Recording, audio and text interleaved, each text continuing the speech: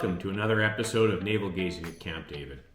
This week's guest yacht is from one of the big four yards and probably the most popular length format, the Fountaine Pajot Elba 45.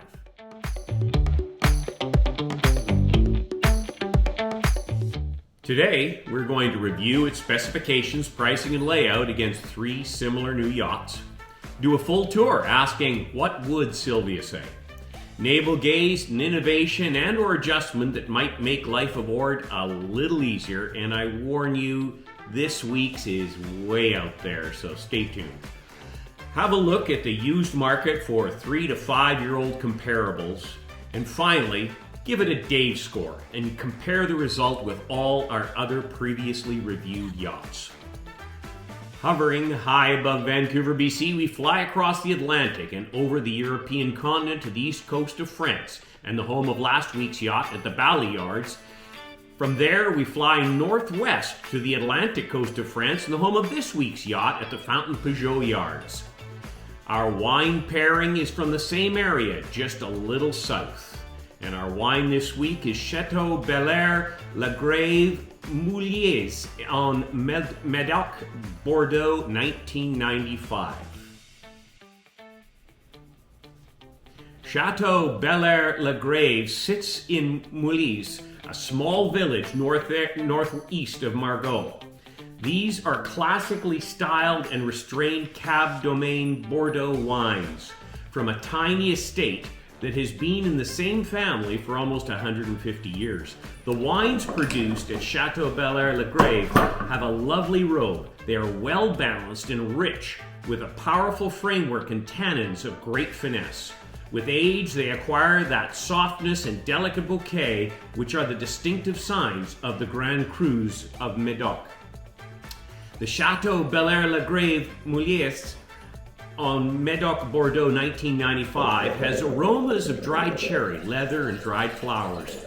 Waft from this when it's poured. The body is soft and silky with airs that turns from red fruit to dark plum, where a subtle hint of damp clay carries the pleasant finish. Better after an hour in a decanter. It's very nice. Let's go have a look at that boat. Heading into the statistics, we're comparing the Fountaine Pajot Elba 45, the Lagoon 46, the Leopard 45, and the Neil 43. On profile, you can see their sail area is quite comparable, save for the Neil 43, with the FP leading the pack at 124 square meters.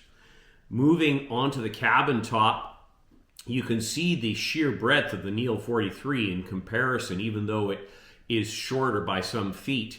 However, the FP Elba 45, you can see the girth in those two hulls. Now, obviously, Lagoon has a similar look to it. The Leopard, surprisingly, a little narrower and slimmer overall.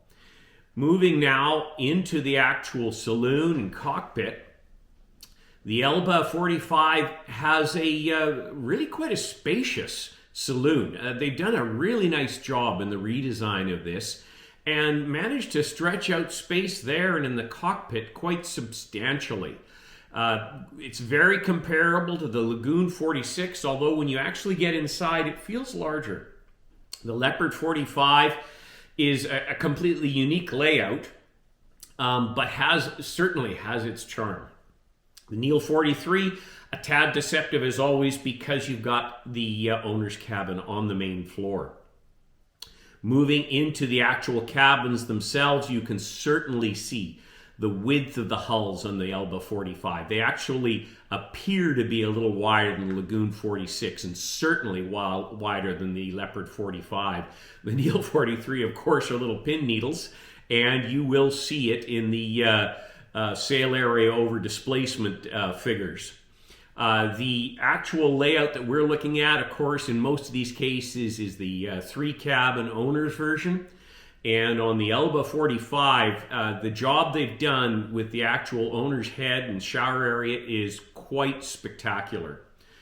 Moving into the statistics themselves, you can see here that the Neil 43, obviously it is a smaller yacht, leads the pack at pricing at a base of €330,000.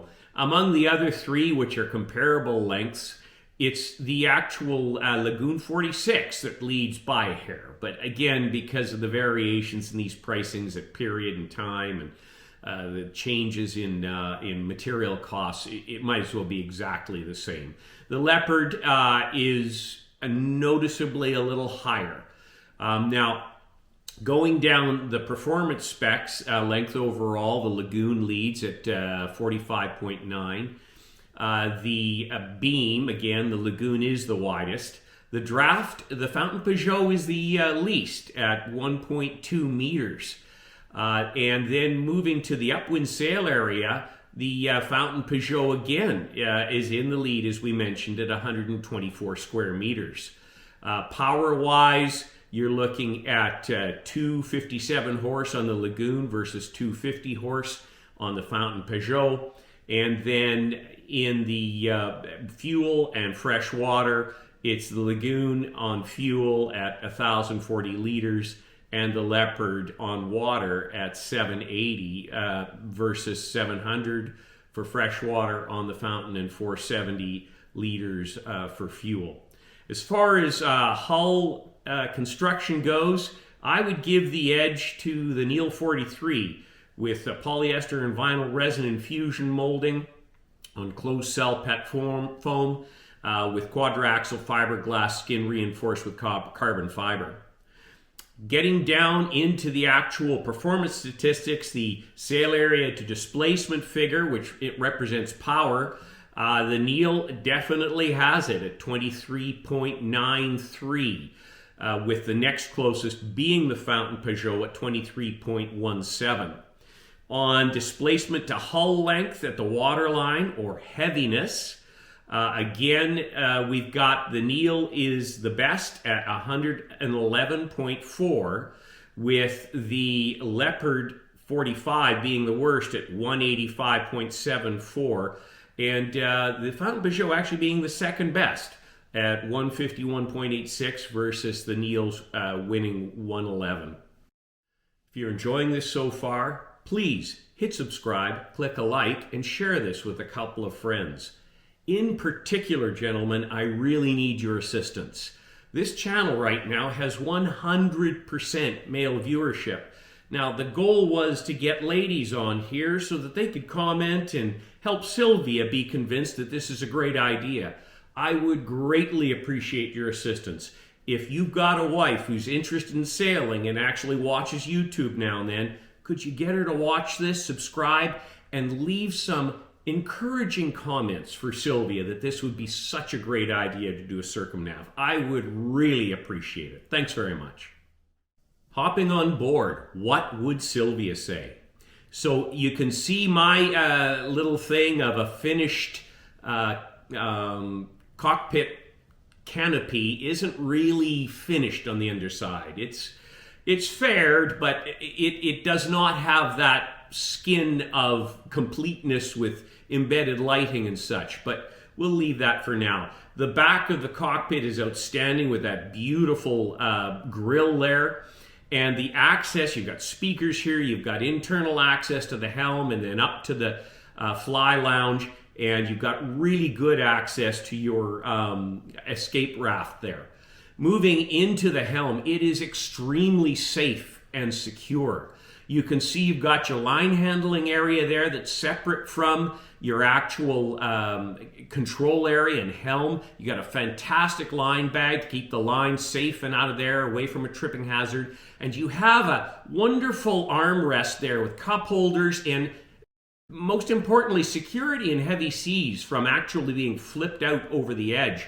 I don't know how relevant that is, but it does seem incredibly safe to me. Looking down, you can see both aft hulls very clearly, and your view forward, if you stand up a little bit on your tippy toes, you can see both bows, which is really quite nice. Again, that line handling area, I think that's really important for safety. The lifelines, or the death lines as I like to call them, they're not terribly high, and you would do a nice Nadia Comaneci if you hit them right. Moving on to the front trampolines, you've got that central longeron. You've got really nice opening hatches. The full window opens up into the front cockpit area there, or faux cockpit, I guess you'd call it.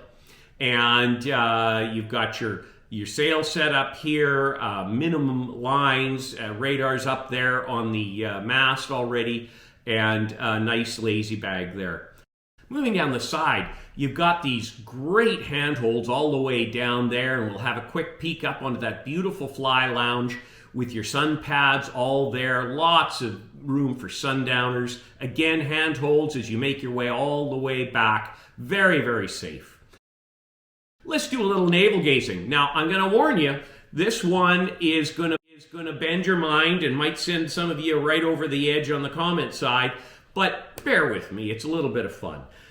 At my office, I got a diffuser.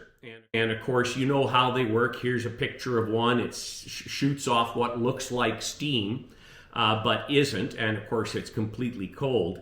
Well, some smart folks have added some LED lights to that and turned the diffuser into a faux little fireplace for your desk, if you will.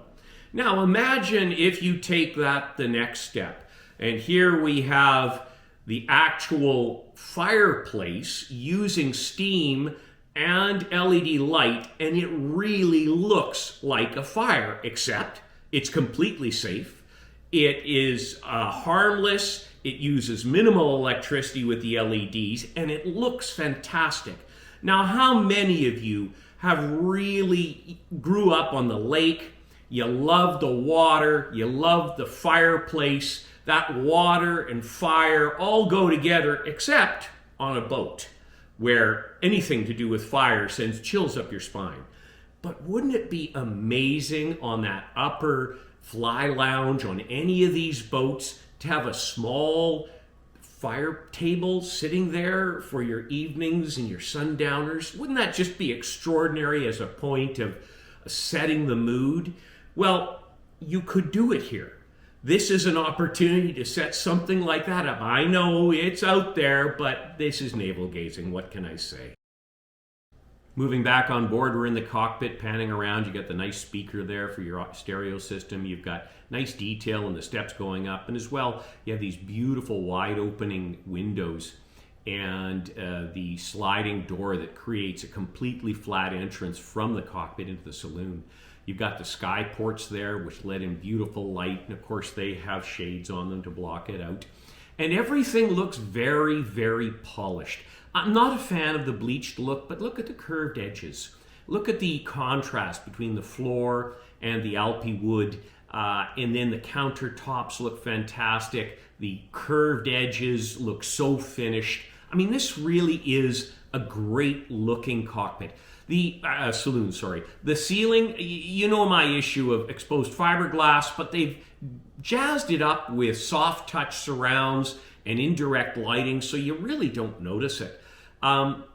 The upholstery and the layout of this settee is absolutely fantastic. You've even got a charging port there for your tablets. You know, everything really looks quite sophisticated. Nice ventilation hatch over the kitchen galley area, and they haven't wasted any space on a forward-facing nav station. I know I've got a lot of people screaming at me right now, but when you've got a small area like this, you're trying to create a liveaboard. I really don't know that it's necessary with tablets and such. And they've embedded the control area at the very front of at the door of the cockpit. Now, moving down into the owner's hull, look at this. So you've got huge space around that bed. You can easily make it all the way up to the front. Look at the chest of drawers there on the left, and you've got hanging closets as well. You've got indirect lighting in the ceiling, beautiful polished stainless guardrails on the bookshelves, and look at the light. You got ventilation right above the bed, the berth, and great storage all around with a real nice contrast of soft touch materials, gloss, and Alpi wood grain. Moving all the way back into the bathroom. Again, kitchens and bathrooms. Well, they've done an incredible job with this bathroom. Look at the size of that massive sink and the size of this shower. It is absolutely outstanding. And what's really nice is they have a separate head area as well. So, you can use both at the same time as a couple. The shower is gigantic. And, a very unique positioning for it. I was a little surprised to see a manual toilet as well as that kind of exposed pipe leading to it. That would drive me insane. I'd have to do something about that. But overall, this is a great owner's hull. And I got to keep reminding myself, I'm only in a 45-foot yacht. Steps look nice. You got good grip on the front edge for safety. Just a quick scan around the galley here. They've really maximized the use of space. There's your control area, your nav station. There's a nav drawer. Your TV's in there on a swivel. Everything is really executed well. Moving down the stairs, you've got soft touch materials on the on the wall before you, and a nice open area above your head that really opens it up. Again, this is the smallest of the berths. And it feels great. Lots of space around the berth to make the bed easily. Storage under the bed. Separate head with it's a dry head with a separate shower. Lots of space in it. Keep reminding yourself, this is only a 45-foot yacht. Really nice attention to detail. Although, again, manual head, don't get it. Got to have an electric head with a bidet. Moving back to the VIP cabin. It's a good sized cabin, great space around the berth, terrific light, ventilation above the head of the bed, and you can get to all three sides real easy. Sylvia would love that. So would I, because 9 times out of 10 I end up making the bed. But Sylvia would love the fact that the bed's made nice. So again, completely separate second head there it's a dry head, shower, looks terrific. The stairs again look great. I love the contrast of that faux planking against the Alpi. What I really also like is Fountaine Pajot doesn't try to stuff in a dinner table. They create this as your family room, right beside your kitchen like you would at home. And your dining will happen out in the cockpit. And if you really are miserable outside, either you put down the cockpit curtains or you eat on the coffee table like I do at home half the time watching TV. It just makes so much sense to create a sense of a home on the water. Cockpit, again, looks great. The soft touch materials are terrific. The wood that they're using, the table looks nice. And here's the thing about Fountaine Pajot. They built a nice looking yacht. You would drive away in your tender from this, look back and feel really proud of what you own. Like, the profile is nice. It's not boxy. It's got great lines. There's some real style and design to this. I think they've done a really fantastic job. And, we saw the sail area over displacement figures. They're not terribly bad. They're just over 23. That's better than your average lead sled, and it's a good looking vessel. Moving now into pre-owned comparables. Our first boat is the Antares. It's a 44 GS 2019. Now, if you don't know the Antares, it was originally a Canadian boat and then it was moved to Brazil. The quality of the cabinetry and woodwork and finishes inside this vessel is second to none. However, it desperately is in need of a facelift and a new mold, and probably the extension of 3 to 4 more feet on it. And it would be a category killer the way they really set this up as a all-in-one complete vessel. So what we're looking at here now is, remember our standard formula. We take the base price of our new yacht and we add 50% to come up with what we think should be a sail away. And in the case of the FP45, that'd be about $930,000 US. Here we're looking at a 2019 Antares 44 GS, and you're asking $925,000. So about the same price for a 3-year-old yacht. Now, there are those who would go for the Antares. It really is beautifully finished inside. I would probably go with the Fountaine Pajot in this case simply because the more modern styling, the tricks of the trade that they've used in laying out the saloon, it's just outstanding, not to mention you have the fly lounge. So there's a lot of benefits to the more modern style. Next, we're looking at a 2017 Naughty Tech 46 Fly. So we're looking at something that's 5 years old. I remember our comparable new price for the FP45 is 930 grand. This is 5 years old. They're asking 564. Wow. 565, let's say. So you are saving a lot of money here. And you know, yeah, it's a 5-year-old yacht, but the 46 Fly is nothing to sneeze at, and the quality of the finish inside is really exceptional. It's also a fairly decent performing yacht. Depending on the actual condition of this, I'd have a real close look at this. Finally, we're looking at a 2020 Lagoon 46. So we're looking at a 2-year-old boat here. 917,000 versus our 932-ish. I would go with the FP on this. There's nothing wrong with the Lagoon. It's a good looking vessel. I know you're going to have some more toys on this, and it's not terribly old, but I do like the layout of the FP just that much more. Now let's move to the Dave score. So I want you to bear in mind the Dave score is based not on the traditional criteria that you would consider, but on convincing Sylvia to go cruising with me. And that means she looks at a house and looks at the space she has there and tries to compare that to a boat. I'm never going to bridge that gap completely, but I need to find something that's sort of in the middle.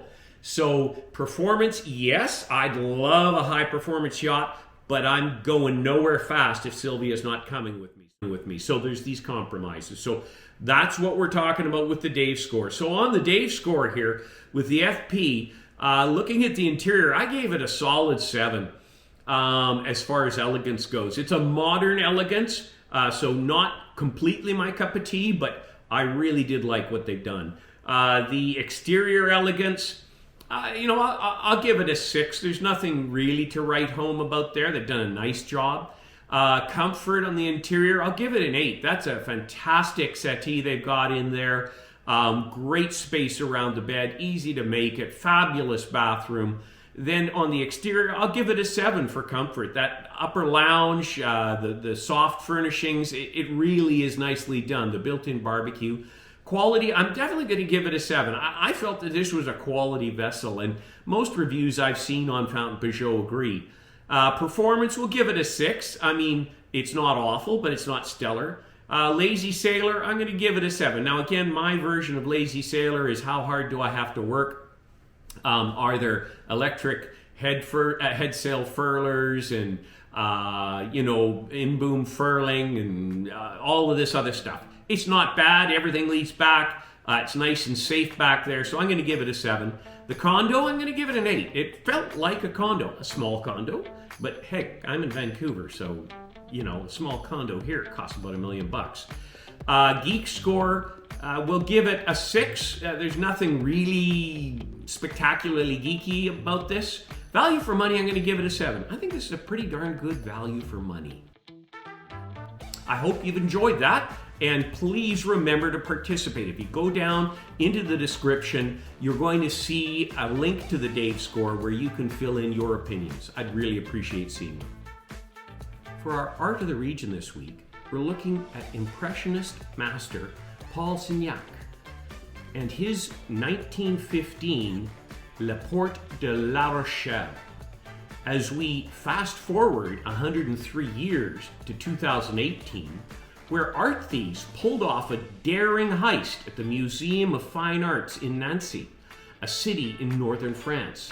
They cut Signac's 1915 depiction of Port of La Rochelle, now valued at £1.5 million, out of its frame and escaped with it undetected. A year later, authorities in the Ukraine reported that the painting turned up in the home of a Kiev man who was being investigated for killing a jeweler. Shortly thereafter, the Ukraine Minister of the Interior met with French Ambassador Isabelle Dumont to hand over the painting, which went back to its home in Nancy. So there you have it. I hope you've enjoyed this week's review and the boat. It really is a fine boat.